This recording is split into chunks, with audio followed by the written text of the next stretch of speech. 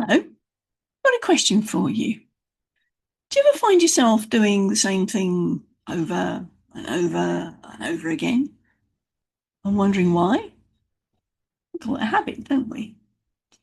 What about saying the same thing over and over and over again? Well, that's a bit of a habit, isn't it? Some people have a catchphrase. It's a verbal habit. But what about our thoughts? Do you have the same thoughts repeatedly during a day? I believe it's the stats are something about 60,000 thoughts a day, of which they kind of get grouped into about five themes. I need to check on the stats on that one, but it's that sort of stat that we're looking at. So, my question for you to think about this week, I'm going to invite you to think about what are the patterns that are showing up in your life, whether it be the physical habits that you have, whether it be the verbal habits, or whether it be the thought habits. What are those patterns that if you were to take a step back, you'd go, ah, I suppose there is a habit there. There is a pattern there that I'm repeating. The reason I'm getting you to think about this is because very often they come from way, way back in your past that you may not even be conscious of.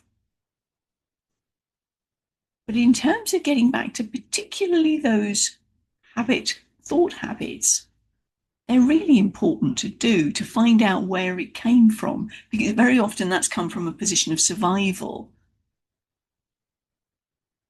Finding your way back there is worth doing. I'm going to share with you next video of my origin story, if you will, and how a decision, something that happened to me when I was 2, I made a decision about what that meant. And from there, I created a story that I told myself. And that has been the lens through which I have seen my life progress and the filter through which I've made some life decisions.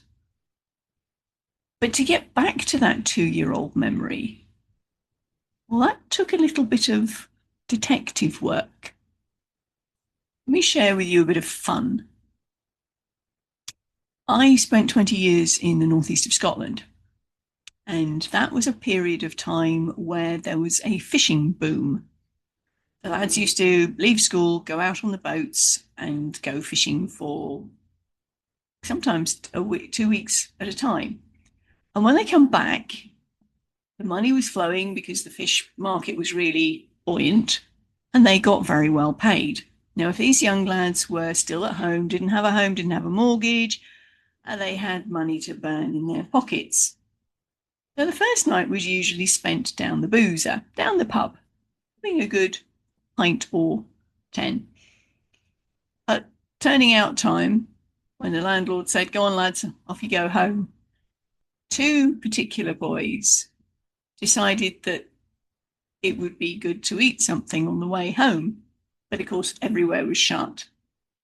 So on their way home, they walked past a bakery, and in their drunken state decided it was a good idea to break in and pick themselves some fancy pieces, aka cakes, and maybe a couple of bits of bread as well, because they were hungry. And then they proceeded to walk home, eating their spoils. They hadn't clocked the fact that there was a silent alarm had been triggered, not at the shop, but at the police station. So the police come round, work out that there's been a break-in, do the fingerprinty things, and then one of them realised there was a trail of cake crumbs, which turned into bread crumbs. In their drunken state, the boys had not realised that they quite literally were leaving a trail to their door. So they were surprised when the police turned up, going, "How did you know?" Now, why am I telling you this? There will be a bit of detective work involved in for you working your way back, not to the bakery, but to the time when you made that decision, when that story, that internal script, as I call it, was created. We can cover a bit more about that in future sessions. But for now, my invitation is for you to think about what are the patterns that I have, whether physical habits, whether verbal habits, whether thought habits. What are those habits that I have? And choose one of them which you don't think is serving you anymore. Something that worked when it needed to, but now the situation is very different. You're still running on the same operating system. You're still running on DOS when now you should be at Windows 12. Do you get my idea? You get my drift? Choose one, whether it be a physical habit, a verbal habit, a thought habit. See if you can work out what the original situation was where you made the decision that it meant that. And that was the story that you've held on to for all these years. If you'd like to be brave and share it with me, you can either do it publicly in the notes underneath, or you can DM me. I'll put my contact details in the notes. I'd love to know what you come up with, because this could be really significant for you in creating a transformation. I'll leave that with you now. Have a think about it. Physical habit, verbal habit, thought habit. Choose just one. If you're anything like me, there are plenty you could choose from.